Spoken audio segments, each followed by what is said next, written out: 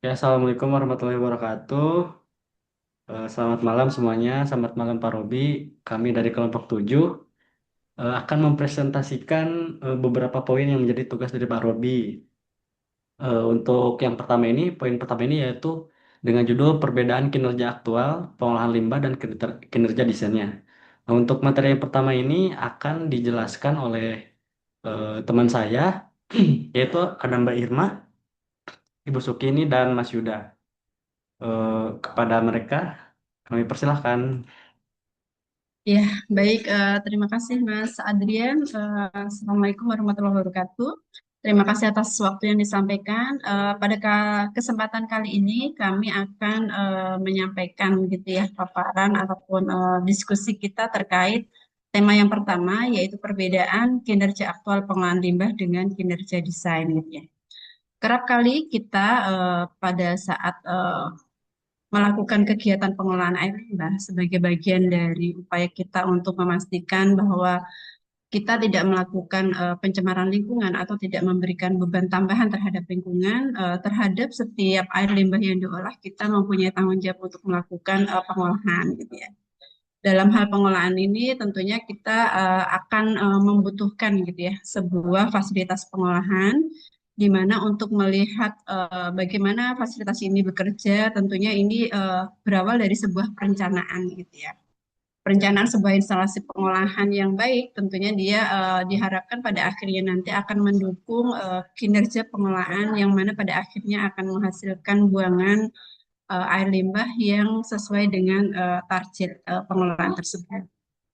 Nah, latar belakangnya pada tema perbedaan kinerja ini kita mengambil latar belakang bahwa dalam sebuah operasional instalasi pengolahan air limbah, kerap kali kita akan mengalami beberapa problematika gitu ya. Antaranya adanya perbedaan antara apa yang direncanakan dengan aktual nanti di lapangan gitu ya.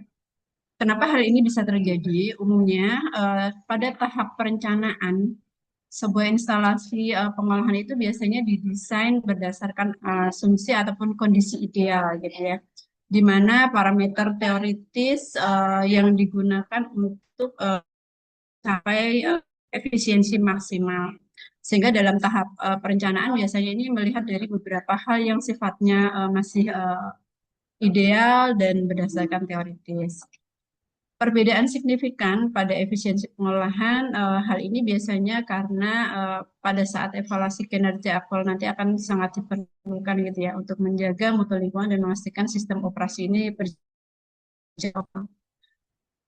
Fakta di lapangan, apa yang kita desain ini bisa jadi mungkin nanti akan berbeda dengan kondisi operasional gitu ya. Kerap kali nanti akan ada beberapa hal yang berbeda dengan yang kita rencanakan di awal, mulai mungkin dari inputan air limbah yang diolah, pola operasi dari proses kita, sehingga nanti akan menghasilkan dinamika dalam operasional proses pengolahan air limbah.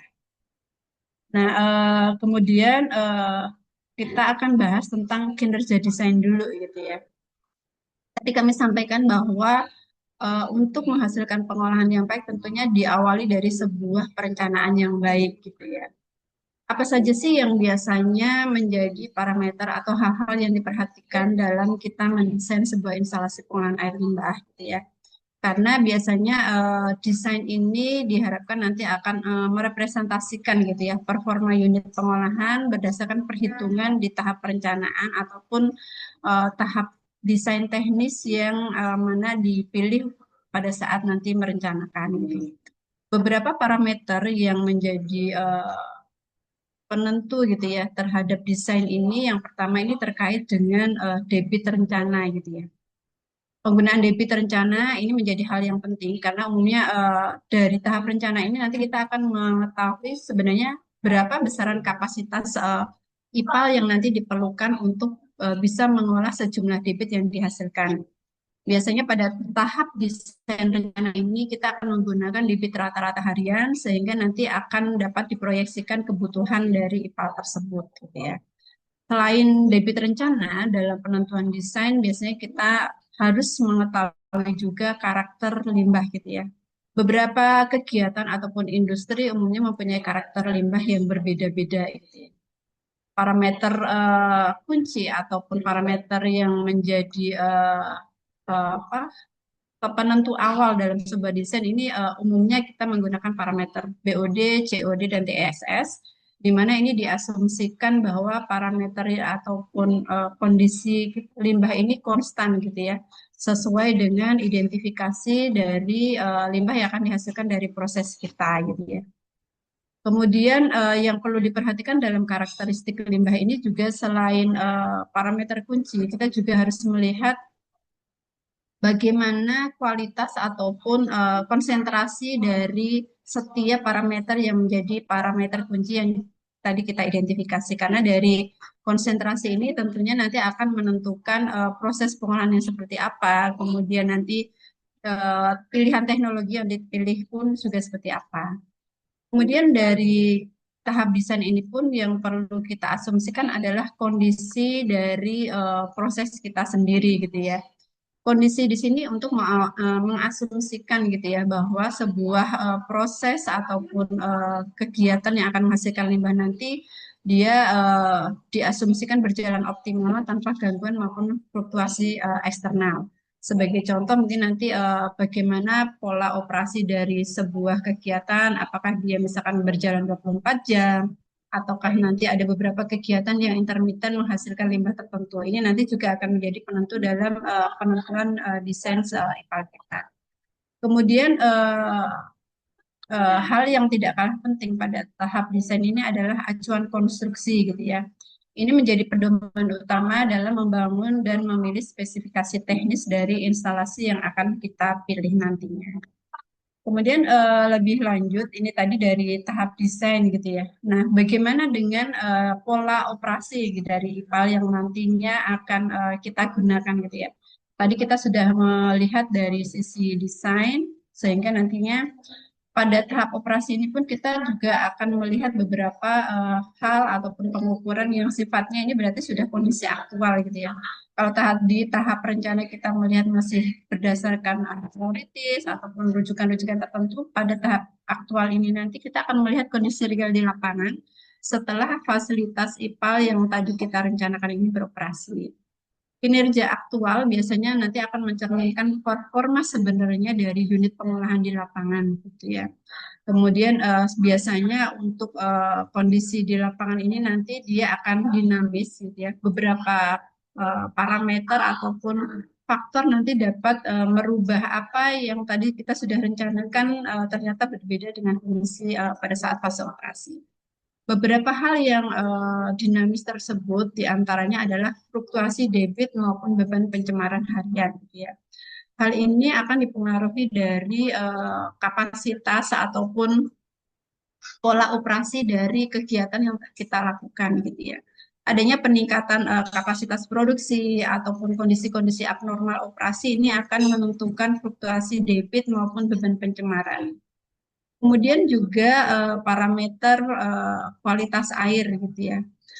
Ada beberapa kondisi di lapangan yang mana kondisi parameter-parameter ini akan berbeda dengan pada saat tahap perencanaan ataupun desain ya. Misalkan pada saat operasi nanti ada potensi terjadinya abnormal condition gitu ya atau emergency condition yang mana secara proses bisa jadi nanti akan dihasilkan beberapa parameter yang di luar apa yang kita rencanakan. Hal ini pun dapat mempengaruhi dinamika operasi sebuah operasional IPAL gitu ya.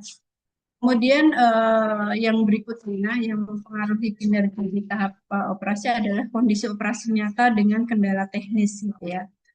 Beberapa peralatan terkadang seiring waktu beroperasi akan mengalami keausan gitu ya, khususnya untuk beberapa parameter yang dia sifatnya instrumen gitu ya.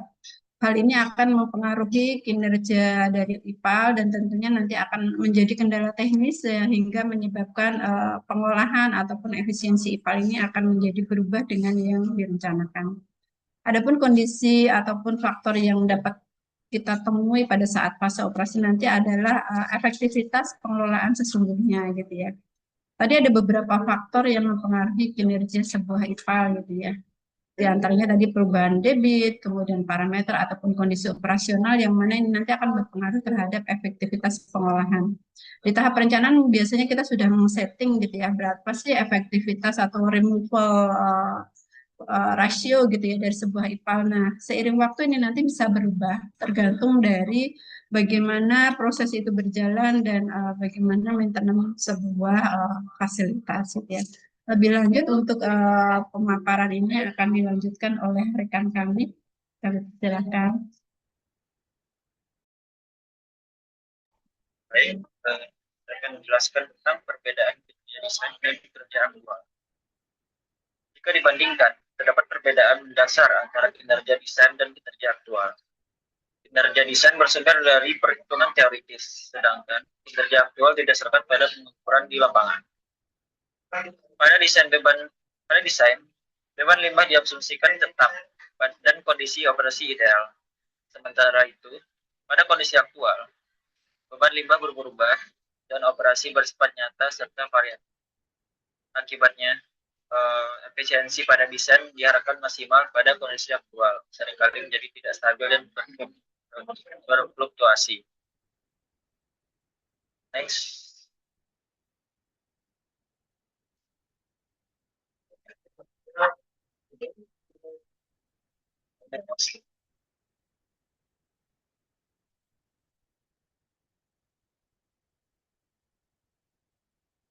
Selanjutnya, faktor penyebab perbedaan kinerja. Terdapat beberapa faktor utama yang menyebabkan perbedaan antara kinerja dan kinerja desain dan kinerja aktual. Yang pertama adalah situasi debit, yaitu variasi jumlah dan konsentrasi limbah masuk yang tidak sama, yang tidak sesuai dengan asumsi awal desain. Yang kedua yaitu kerusakan atau penurunan fungsi peralatan, yang secara langsung menurunkan efisiensi proses pengolahan.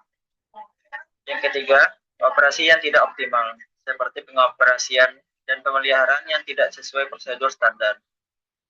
Selain itu, rumah instalasi yang sudah lama serta perubahan sumber limbah juga turut mempengaruhi kinerja IPAL. Next.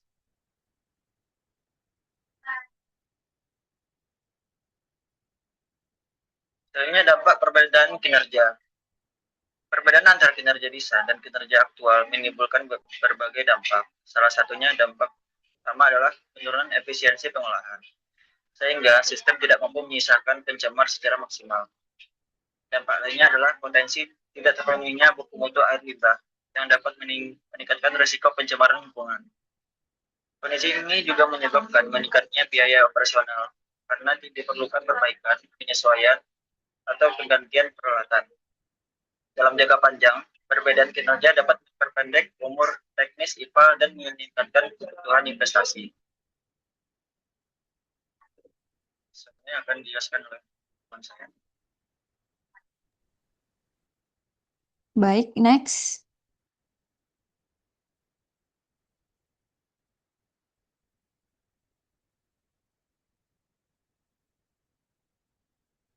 Nah, untuk mengatasi perbedaan antara kinerja aktual dan juga kinerja desain diperlukan beberapa langkah seperti yang pertama yaitu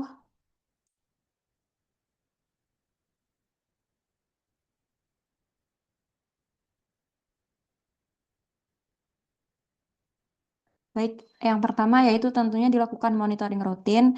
Nah, ini bertujuan untuk melakukan pemantauan dan evaluasi secara berkala terhadap parameter kualitas air dan kinerja unit proses. Kemudian yang kedua yaitu penyesuaian terhadap operasi yang bertujuan dapat mengoptimalkan parameter operasi seperti waktu tinggal dan dosis dari bahan kimia yang dipergunakan untuk pengolahan limbah. Kemudian yang ketiga yaitu perawatan preventif dan korektif yang bertujuan agar fungsi perawatan tetap optimal.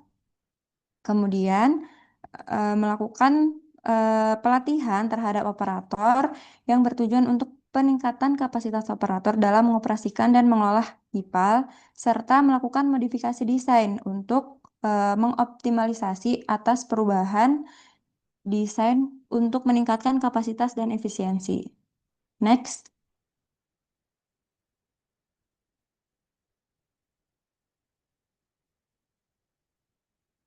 Adapun studi kasus terkait dengan perbedaan kriteria desain serta kriteria aktual, kami mengambil studi kasus terhadap evaluasi kinerja IPAL di Waduk Melati, Kota Jakarta Pusat. Nah, di sini untuk proses utama pada IPAL Waduk Melati terdiri dari bar screen, RBC atau rotating biological contractor, kemudian tangki aerasi, serta bak sedimentasi, di mana dalam kinerja desain dan kinerja aktual IPAL terdapat banyak perbedaan, seperti pada saat proses asumsi debit limbah, di mana pada kinerja desain debit ini dirancang sesuai dengan kapasitas IPAL, namun dalam kondisi aktual debit berfluktuasi dan cenderung melebihi debit desain. Kemudian beban organik dari kriteria desain yang berbeda dengan kinerja aktual, di mana beban organik pada kinerja aktual ini lebih tinggi dibandingkan dengan asumsi desain. Kemudian pada unit RBC dan aerasi, di mana pada kondisi aktual ini tidak sesuai sehingga proses biologinya tidak dapat berjalan secara optimal. Kemudian pada proses kadar oksigen terlarut atau DO, di mana DO aktualnya rendah sehingga aktivitas mikroorganismenya menurun, unit sedimentasi, overflow, rate aktual melebihi desain sehingga efisiensi pengendapan menurun. Kemudian pada efisiensi pengolahan juga mengalami selisih dibandingkan dengan kriteria desain. Kualitas efluennya juga tidak memenuhi baku mutu dan kondisi operasional ini eh, tidak sesuai dengan kinerja desain. Tentunya hal tersebut disebabkan oleh adanya perubahan debit dan karakteristik limbah dari efluen, kemudian operasi unit proses yang tidak sesuai dengan desain awal, dan kurangnya pengendalian beban organik serta faktor pemeliharaan dan operasional IPAL yang kurang. Adapun dampak dari sistem IPAL yang tidak sesuai dengan desain awal ini dapat menyebabkan penurunan efisiensi penyisihan dari zat pencemar, kemudian resiko tidak memenuhi dari baku mutu efluen, serta potensi pencemaran terhadap badan air penerima, dan juga umur teknis unit proses menjadi lebih pendek. Dari studi kasus tersebut, kami dapat menyimpulkan bahwa kinerja aktual IPAL yang ada pada Waduk Melati ini lebih rendah dibandingkan dengan kinerja desain, serta perbedaan terjadi akibat ketidaksesuaian antara kondisi operasi dengan asumsi desain, dan juga evaluasi unit proses secara berkala ini sangat diperlukan, dan optimalisasi operasi dan penyesuaian desain menjadi solusi utama. Next.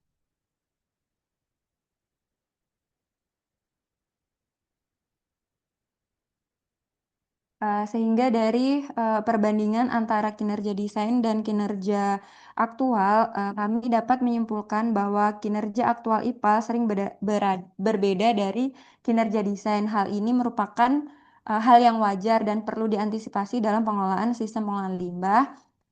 Kemudian perbedaan dipengaruhi oleh faktor teknis dan operasional, mulai dari fluktuasi beban limbah hingga kondisi peralatan dan kemampuan dari operator pengolahan limbah. Kemudian evaluasi rutin sangat diperlukan, di mana pemantauan secara berkala termasuk maintenance dan kegiatan preventif pada pengelolaan IPAL agar IPAL ini dapat beroperasi tetap efektif dan melindungi lingkungan. Kemudian pengelolaan yang baik mendekatkan kinerja aktual ke desain.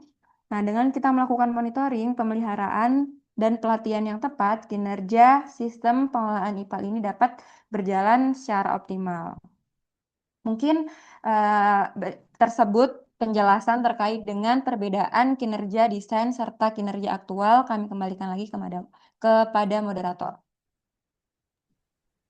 Oke, terima kasih kepada Saudari Irma, Ibu Sukini, dan Mas Yuda terkait pemaparannya tentang materi yang pertama ini. Di sini saya akan bertanya salah satu pertanyaan saya. Yang tadi di kesimpulan akhir itu terdapat perlu diantisipasi gitu agar supaya kinerja dari desainnya itu sesuai dengan kinerja aktual itu sesuai dengan kinerja desain. Nah, yang perlu diantisipasi itu apa saja sih supaya kinerja desain itu sesuai gitu.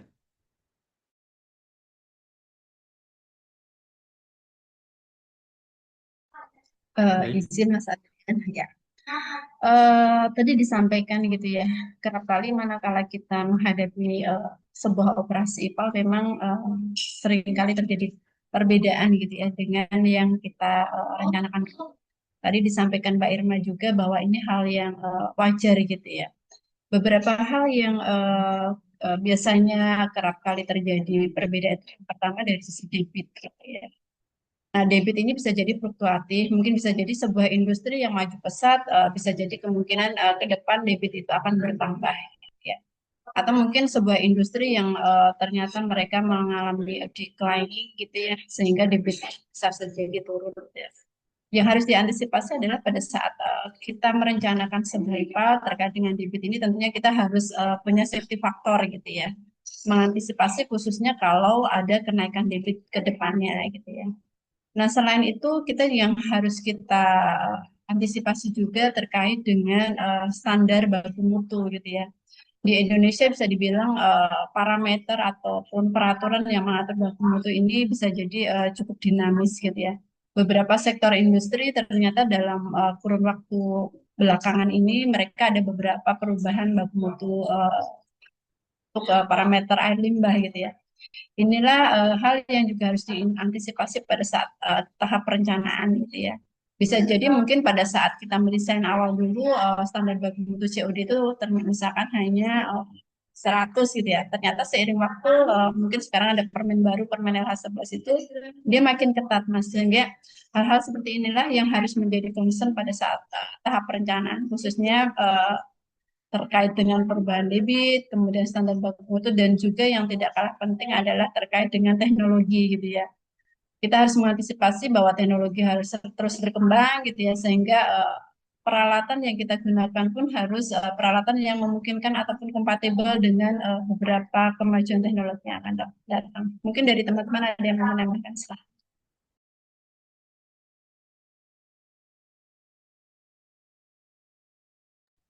Oke, cukup menjawab. Terima kasih Bu Sukini. Jadi ya sebaiknya ketika kita akan melakukan desain untuk sebuah IPAL itu ada baiknya itu kita tambahkan safety faktornya gitu ya agar supaya nanti ke depannya jika terjadi sesuatu yang melebihi dari kapasitas itu masih bisa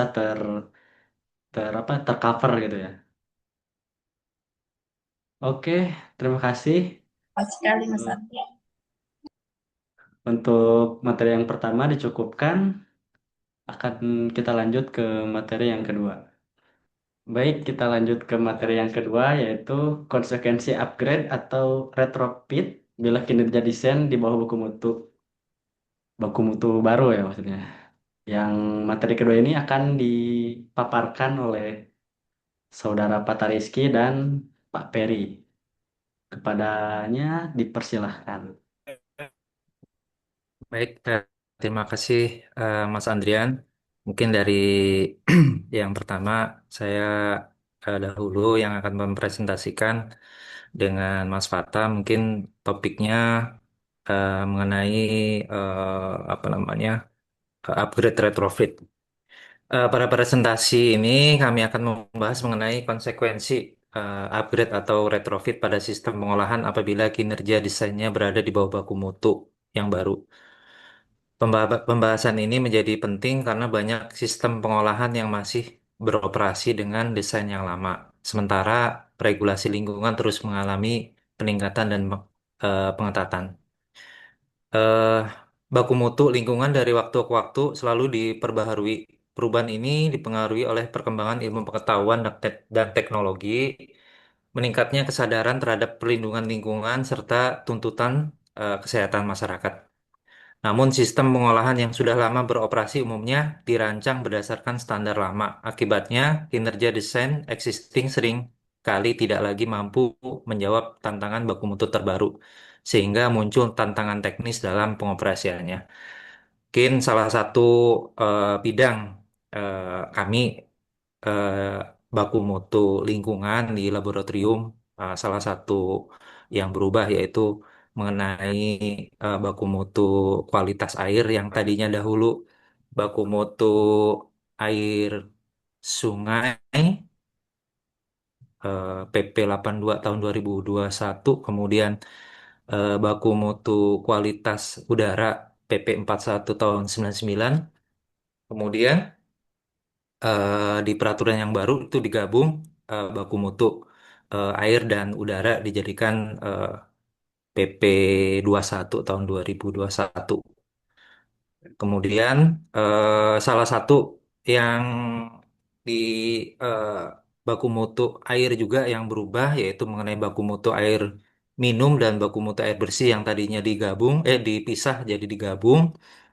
Dan salah satu topik yang apa namanya baku mutu yang baru yaitu perubahan. Artinya salah satu yang lebih ketat apa namanya salah satu contoh baku mutu untuk kekeruhan yang dahulu eh, untuk air minum itu 5 kekeruhannya di Permenkes yang terbaru nomor 2 tahun 2005 apa namanya menjadi 3.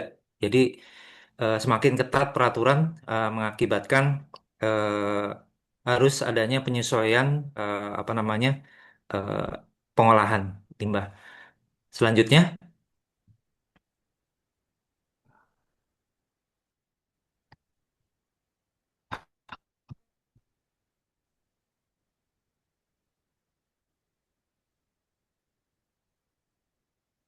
pada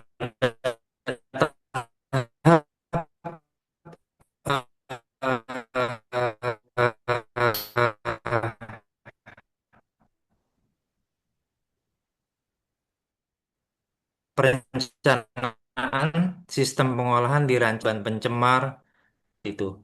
Ketika baku mutu bekerja lebih efisien dengan kontrol antara kemampuan desain awal dan kerja sistem. Selanjutnya, next Mas.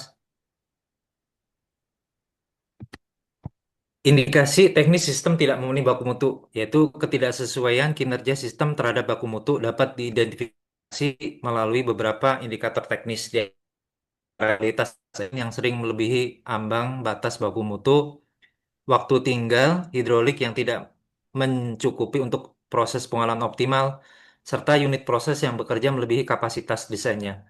Selain itu, penurunan efisiensi pengolahan dan seringnya dilakukan penyesuaian urat juga menjadi tanda bahwa sistem sudah tidak bekerja secara ideal.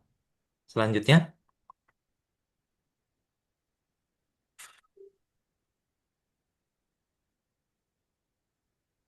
apabila kondisi terbiarkan tanpa adanya upgrade atau retrofit, maka dampak teknis yang timbul akan semakin besar. Sistem pengolahan dapat mengalami kegagalan fungsi pada unit tertentu, overload pada unit utama, serta kerusakan peralatan yang lebih cepat akibat beban kerja berlebih.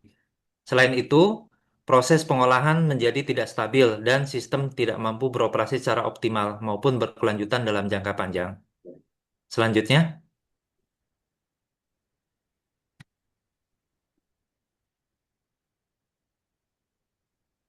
untuk mengatasi permasalahan tersebut diperlukan berbagai alternatif solusi teknis.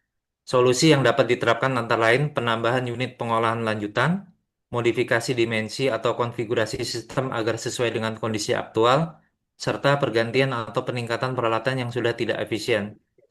Selain itu, integrasi teknologi baru yang lebih efektif serta optimalisasi sistem kontrol dan operasional juga sangat penting untuk meningkatkan kinerja pengolahan. Selanjutnya akan dilanjutkan oleh rekan kami, Mas Fatah. Silakan. Baik, terima kasih Mas Ferry atas pemaparannya. Bagian kami yaitu konsekuensi non teknis, upgrade atau retrofit bila kinerja desain di bawah baku mutu baru. Nah, ini beberapa parameter yang mungkin mempengaruhi konsekuensi non teknis ya, yaitu yang pertama regulasi dan kepatuhan. Terkait yang pertama itu ada kewajiban hukum. Nah, non teknis itu revisi ya seperti Pertek, AMDAL, KLUPL atau RKRPL. Nah, ini akan berdampak kepada sanksi administratif. Kemudian adanya denda dan pembatasan operasi. Nah, denda dan batasan operasi ini kemungkinan ada pengurangan kapasitas atau penghentian operasional sementara gitu. Kemudian ada audit dan pelaporan tambahan di mana secara skup bisnis adanya beban administrasi bertambah ini kemungkinan cost of good manufacturing-nya akan bertambah juga. Nah, kemudian yang kedua ada hukum dan tanggung jawab. Yang pertama ada paparan gugatan di mana perusahaan apabila seperti tadi disebutkan ya, baku mutunya ada PP 22 tahun 2021, kemudian baku mutu air bersih maupun air limbah yang terbaru Permen LH 11 tahun 2025, kemungkinan adanya dari teguran regulator atau pihak ketiga ya, jika jika ada dampak lingkungan ataupun kesehatan. Kemudian adanya liabilitas historis, di mana retrofit bisa memicu peninjauan ulang kinerja masa lalu. Selanjutnya adanya faktor finansial dan bisnis. Nah, di sini dari skop bisnis, yang pertama itu ada akses pembiayaan, di mana bank atau investor makin ketat pada hari ini gitu. Kemudian eh, berbagai peraturan seperti bunga lebih mahal ataupun investasi ke hari ini perlu ada perhitungan cash flow yang baik gitu. Kemudian asuransi. Dari asuransi adanya harga premi naik atau pengurangan risiko jika tidak patuh. Dan yang keempat, operasional dan jadwal, yaitu downtime terencana atau tak terencana. Nah, di sini bisa menjadi faktor pengganggu terkait target produksi ataupun layanan. Kemudian perubahan SOP dan pelatihan, waktu adaptasi karyawan, resiko kesalahan, dan beberapa aspek non-teknisnya akan berpengaruh kepada perubahan SOP. Kemudian adanya reputasi dan sosial. Yang pertama itu ada citra perusahaan, relasi pemangku kepentingan. Nah, untuk citra perusahaan, apabila perusahaan tidak mematuhi peraturan, kemudian adanya impact kepada masyarakat, sehingga ada kemungkinan konsekuensi non teknis ini berupa pandangan daripada masyarakat ataupun stakeholder lainnya, gitu seperti LSM, wartawan, bisa menimbulkan citra perusahaan turun. Kemudian relasi pemangku kepentingan, di mana adanya penolakan komunitas, masyarakat, protes bahkan adanya tekanan politik lokal. Next. Untuk selanjutnya terkait strategi implementasi upgrade atau retrofit bila kinerja desain di bawah baku mutu baru pengolahan limbah. Yang pertama itu ada optimasi operasi sebelum investasi. Nah, untuk operasi ini penjelasannya terkait seringnya kemungkinan naik kelas tanpa bangun unit baru. Di mana maksudnya adanya ekualisasi tank dioperasikan benar, yaitu adanya kontrol daripada parameter-parameter yang ada gitu. Kemudian adanya teknis yang memang bisa mempengaruhi segmen daripada non teknis. Kemudian tetapkan baseline-nya atau desain lama. Nah, di sini penjelasannya terkait itu yang paling umum itu terkait daripada di stoknya update ataupun memang tidak terkini gitu. Kemudian perlunya ada pengumpulan data influen dan influen aktual ya minimal range 3 sampai 6 bulan. Kemudian terkait identif itu ada stok atau beban punya fluktuasi debit dan kualitas dan juga ada parameter yang gagal konsisten gitu. Kemudian bandingkan dengan baku mutu yang baru atau compliance gap-nya seperti apa sih, berapa persentase syarat keberterimaannya gitu. Kemudian ada commissioning dan legal seal. Nah, commissioning ini terkait after implementasinya gitu ya. After implementasi ini berpengaruh tidak kepada performa daripada strategi yang digunakan. Kemudian SOP barunya, training operator maupun training daripada teknisi ya gitu. Kemudian perlunya update izin. Lagi-lagi izin ini berpengaruh pada ide-ide yang akan kita implementasikan di lapangan seperti UKL-UPL, AMDAL, terus adendum lainnya gitu. Perlu kita gunakan untuk upgrade daripada strategi ini. Kemudian ada strategi retrofit bertahap atau stepwise upgrade dan desain future proof dan transisi operasi tanpa gagal patuh.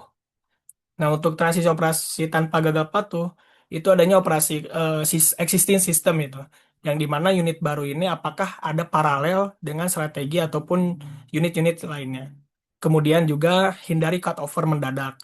jangan sampai sedang beroperasinya eh, strategi ini malah terjadinya over di tengah skema ataupun di tengah SOP yang ada. Nah, kemudian jangan sampai ada kondisi SOP yang abnormal gitu di saat running ini berpengaruh kepada impact alat tersebut. Nah, untuk desain future-proof, kemudian ini adanya modular yang perlu kita pilih itu seperti apa sih? Semangatnya modular akan semakin banyaknya gap analisis yang berpengaruh kepada si alat tersebut itu. Sehingga komponen-komponen yang nantinya berpengaruh ke alat ataupun teknologi yang akan kita aplikasikan seperti materi sebelumnya akan berpengaruh ke jalannya operasi alat tersebut. Dan kemudian eh, adanya strategi retrofit bertahap gitu ya.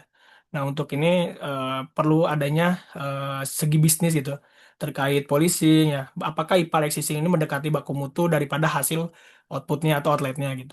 Terkadang ada beberapa masalah yang kita hadapi dari retrofit ini, misalkan dari sun filter, COD BOD, kemudian teknikal-teknikal lainnya, dan adanya after sales yang biasanya berdampak kepada alat-alat ini tidak sesuai performanya gitu.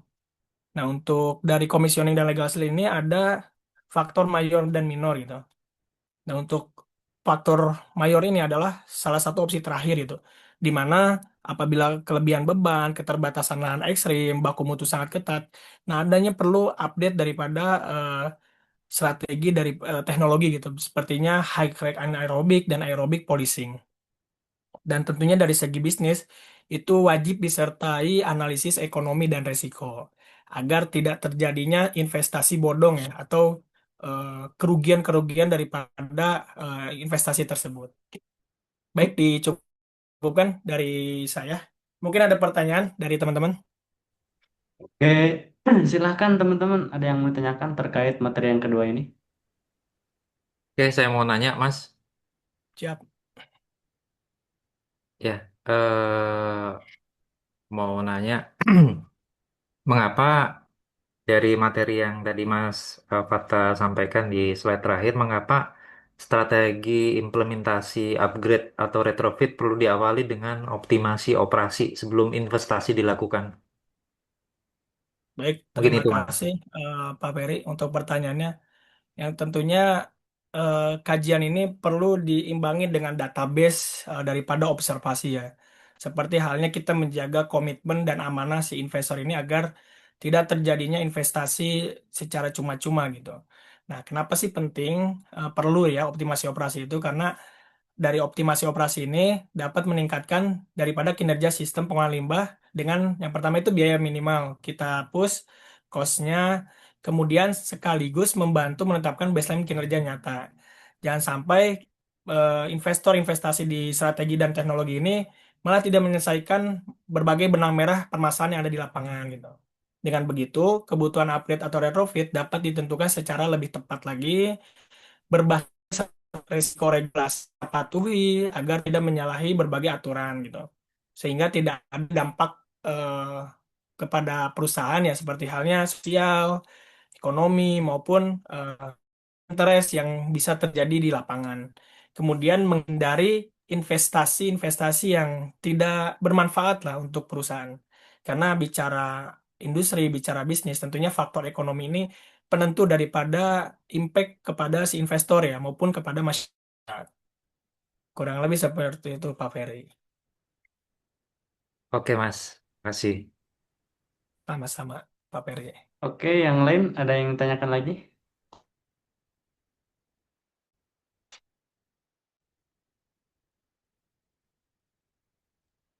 Oke, kalau begitu, jika tidak ada, kita akhiri saja untuk materi yang kedua ini. Kita akan melanjutkan untuk materi yang ketiga.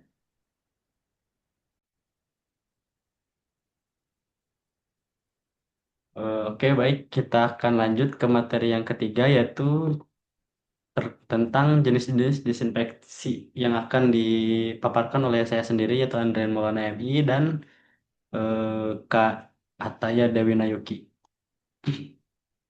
Yang pertama itu, apa itu disinfeksi? Secara sederhana, desinfektan adalah bahan kimia yang digunakan untuk mencegah terjadinya infeksi atau pencemaran oleh jasad klinik atau mikroba seperti bakteri, dan virus pada permukaan benda mati. Berbeda dengan antiseptik yang digunakan pada jaringan hidup seperti kulit, desinfektan biasanya memiliki konsentrasi kimia yang lebih kuat sehingga hanya aman digunakan untuk benda-benda di sekitar kita. Jadi jangan sampai kita menggunakan desinfektan yang konsentrasinya tinggi itu untuk kulit kita karena memang bukan peruntukannya gitu ya. Terus selanjutnya, bagaimana sih cara cara kerja dari disinfektan? Disinfektan sendiri ini bekerja dengan cara merusak struktur sel mikroorganisme agar mereka mati atau tidak dapat berkembang biak. Proses ini biasanya melibatkan merusak dinding sel atau membran sel kuman, lalu mengganggu metabolisme dari sel mikroba tersebut, dan mendenaturasi protein atau mengubah struktur protein kuman sehingga tidak berfungsi kembali. Untuk macam-macam desinfektan sendiri dalam pengolahan air, khususnya pengolahan air minum itu terdapat 4 desinfeksi. Yang pertama ada ultraviolet, terus ada ozonisasi, klorinasi, dan maturasi. Yang pertama akan dijelaskan itu dari sinar UV dulu ya, ultraviolet dulu. Cara kerja dari UV itu bagaimana sih? Sistem UV ini menggunakan lampu khusus yang memancarkan cahaya pada panjang gelombang sekitar 254 nanometer. Untuk mekanisme sendiri, cahaya UV ini menembus dinding sel mikroorganisme dan merusak struktur DNA dan RNA-nya. Akibatnya, kuman mati sehingga tidak bisa menyebabkan infeksi dan berkembang biak di dalam media air ya dalam proses ini. Selanjutnya itu ada kelebihannya sendiri dari desinfektan sinar UV ini. Dia itu sangat efektif untuk melumpuhkan kista protozoa seperti Giardia dan Cryptosporidium yang biasanya kebal terhadap klorin. Jadi kalau misalkan UV ini sangat efektif ya daripada klorin untuk membunuh salah satu jenis ini. Terus untuk kekurangannya sendiri dari desinfektan UV ini adalah airnya itu yang masuk itu harus benar-benar yang jernih. Jadi air yang keruh itu kalau masuk UV itu kuman itu bisa bersembunyi dari partikel-partikel yang ada dalam air tersebut sehingga si sinar UV-nya ini tidak membunuh bakteri karena memang terhalang oleh partikel-partikel yang ada dalam air kotor tersebut. Untuk mekanisme sendiri gambarnya seperti ini. Nanti untuk dari air proses pengolahan sebelumnya itu akan masuk ke lubang yang pertama ini. Nah, di sini airnya itu akan berputar gitu, mengelilingi dari sinar UV-nya sendiri sehingga pasti si airnya itu terpapar oleh sinar UV. Nah, setelah terpapar oleh sinar UV dan bakterinya mati, air bisa dilanjutkan ke proses selanjutnya, bisa penampungan atau apa, sehingga air tersebut bisa aman untuk dikonsumsi dalam hal ini untuk air minum. Terus selanjutnya selain sinar UV sendiri, eh, ada desinfeksi ozon. Untuk desinfeksi ozon sendiri, dia terdiri dari 3 gas atom oksigen. Karena sifatnya yang tidak stabil, ozon harus diproduksi di lokasi menggunakan alat bernama ozon generator. Untuk mekanisme sendiri, ozon bekerja melalui oksidasi langsung. Saat bersentuhan dengan mikroba, ozon akan meledakkan dinding selnya secara fisik. Ozon jauh lebih kuat daripada klorin dalam membunuh virus dan bakteri. Untuk kelebihannya sendiri, selain membunuh kuman, ozon juga mengoksidasi zat besi dan mangan, sehingga menghilangkan bau belerang serta rasa tidak enak pada air yang diolahnya. Terus air hasil ozonisasi juga biasanya terasa lebih segar. Untuk kekurangannya sendiri, untuk ozon ini membutuhkan biaya listrik yang cukup tinggi dan investasi alat yang begitu mahal. Ozon juga sangat korosif terhadap material karet atau logam tertentu sehingga seringkali menyebabkan beberapa pipa itu berkarat atau rusak gitu. Untuk mekanisme sendiri bisa dilihat di sampingnya itu dia diproduksi dari ozon generatornya. Terus dari ozon generatornya ini akan masukkan ke dalam storage tank sehingga dia mengoksidasi air yang ada di dalam storage tank tersebut. Lalu dia akan dilanjutkan ke pengolahan selanjutnya yang dimana sudah terbebas dari bakteri karena sudah mati dalam proses ozonisasi ini. Oke, selanjutnya akan dijelaskan oleh teman saya. Silakan. Nah, selanjutnya ada desinfeksi menggunakan klor ya atau klorinasi. Nah, untuk desinfeksi ini tuh cara kerjanya, mekanismenya pada prinsip awalnya kita memberikan klorin ke dalam air yang sudah melalui proses filtrasi terlebih dahulu. Jadi kondisi airnya sudah lebih jernih dari air baku intake sebelumnya gitu. Nah, biasanya untuk senyawa-senyawa klorin ini yang bisa digunakan itu ada gas klorin, ada senyawa hipoklorit, ada klor dioksida, bromin klorida, dihidroisocyanat, sosianuret, dan kloramin. Untuk mekanismenya, klorin ini biasanya akan merusak struktur sel sistem organisme. Nah, eh, dia ini akan kontak langsung dengan mikroorganisme. Nah, jadi jika air yang didesinfeksi itu mengandung polutan-polutan atau partikel-partikel seperti lumpur atau debu, nah dia ini akan menghambat proses desinfeksi itu sendiri gitu. Makanya dibutuhkan waktu kontak, terus kondisi suhu air dan juga perhitungan dosis optimal dalam mendesinfeksi menggunakan klorin ini. Nah, untuk lebih dari desinfeksi menggunakan klorin ini, yaitu dia ini dapat mengoksidasi zat besi, juga mangan dan juga hidrogen sulfida. Nah, biasanya zat-zat ini tuh yang menyebabkan bau pada air yang pada air intake atau air baku. Nah, jadi fungsi klorin ini selain mendesinfeksi, dia juga akan mereduksi bau dan juga rasa yang dihasilkan dari air sebelum proses desinfeksi. Nah, selain itu, klorin juga dapat mengontrol pertumbuhan alga dan juga mikroorganisme yang bersifat eh, menunjang pertumbuhan atau pembentukan lumut di perairan, serta dapat membantu proses dari koagulasi. Sedangkan klorin ini memiliki kekurangan ya, karena seperti yang kita tahu dia ini kan bahan kimia, sehingga kebanyakan dari proses desinfeksi menggunakan klorin ini dia tidak diperuntukkan untuk dikonsumsi. Jadi biasanya untuk kebutuhan-kebutuhan seperti desinfeksi untuk air kolam berenang atau air-air yang sifatnya hanya dibutuhkan dalam air baku saja gitu, tidak untuk kebutuhan yang dikonsumsi baik manusia maupun makhluk hidup lain seperti hewan dan juga tumbuhan. Karena efeknya ini bisa mengganggu kesehatan ya. Dia bisa menimbulkan kelainan janin, terus kanker usus, kanker kandung kemih dan juga dubur. Sedangkan pada hewan apabila dikonsumsi klorin ini dapat menyebabkan penyakit ginjal. Next. Nah, selanjutnya ada cara kerja desinfeksi secara maturasi.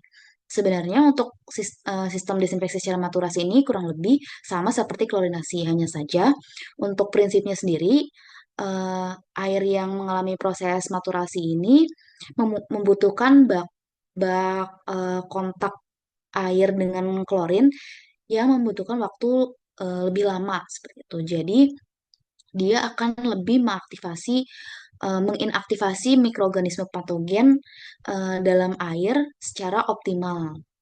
Jadi bedanya kalau klorin itu kan dia hanya diinjekkan gitu ya, diinjek uh, uh, dalam bentuk dosing. Sedangkan kalau maturasi ini dia ditampung lagi dalam satu bak, lalu dibiarkan si klorin ini untuk mengalami kontak yang lebih lama lagi dengan air yang mengandung mikroorganisme.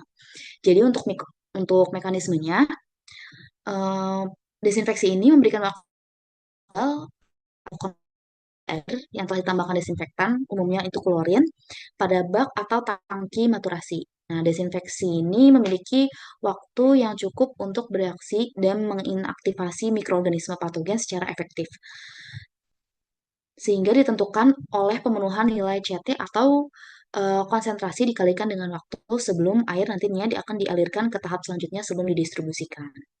Nah, untuk kelebihannya, air yang didesinfeksi secara maturasi ini prosesnya lebih efektif dan juga lebih stabil karena waktu kontaknya antara desinfektan dan juga air yang akan didesinfeksi itu waktunya lebih optimal. Jadi hasil inaktivasi mikroorganisme lebih sempurna.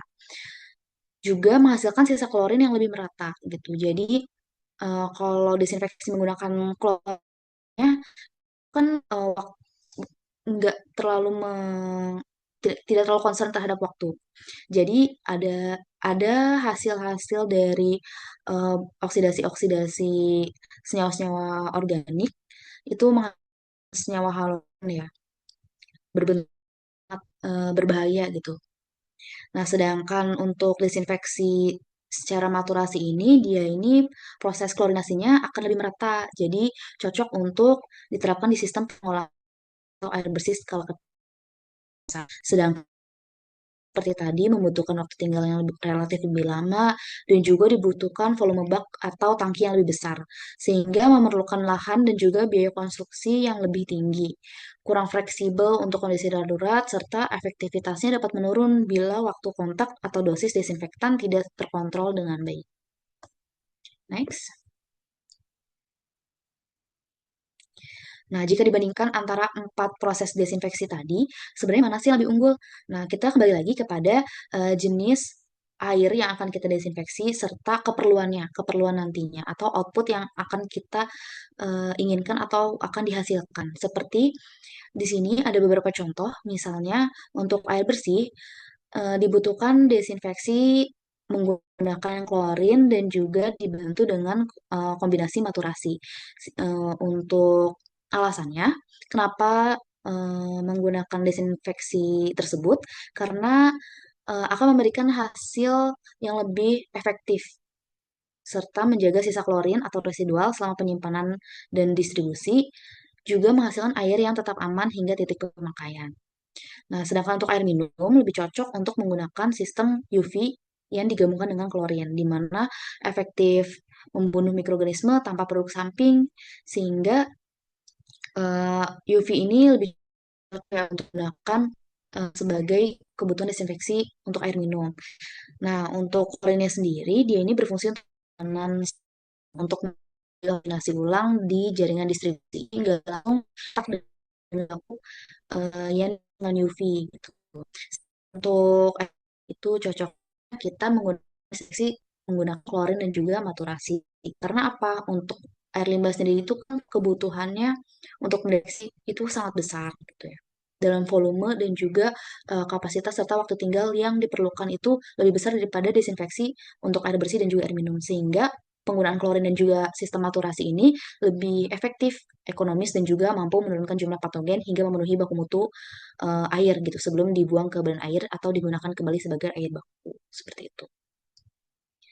Terakhir ada kesimpulan di mana pemilihan metode desinfeksi itu harus disesuaikan dengan jenis air dan tujuan pengolahan, di mana kombinasi klorinasi dan maturasi dianggap paling unggul untuk desinfeksi air bersih dan juga air limbah. Sedangkan air minum, kita dapat menggunakan metode yang lebih higienis dengan menggunakan kombinasi antara desinfeksi menggunakan UV dan juga klorin serta ozon ya, maaf tertinggal sebagai pengaman dari distribusi air bersih tersebut.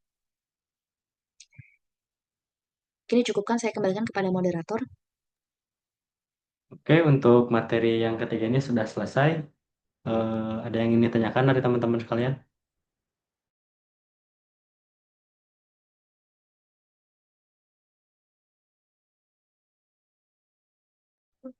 Oke, baik. Jika tidak ada, mungkin dicukupkan untuk pembahasan dari ketiga materi hari ini. Terima kasih semuanya yang sudah memaparkan setiap materinya masing-masing. Semoga apa yang telah kita sampaikan ini bisa menjadi suatu ilmu untuk yang menonton di YouTube nanti. Selain itu juga untuk bagi kita sendiri gitu sebagai pemapar materi masing-masing. Oke, cukup sekian dari kelompok kita, kelompok 7. Terima kasih. Wassalamualaikum warahmatullahi wabarakatuh. Waalaikumsalam warahmatullahi wabarakatuh. Waalaikumsalam warahmatullahi wabarakatuh.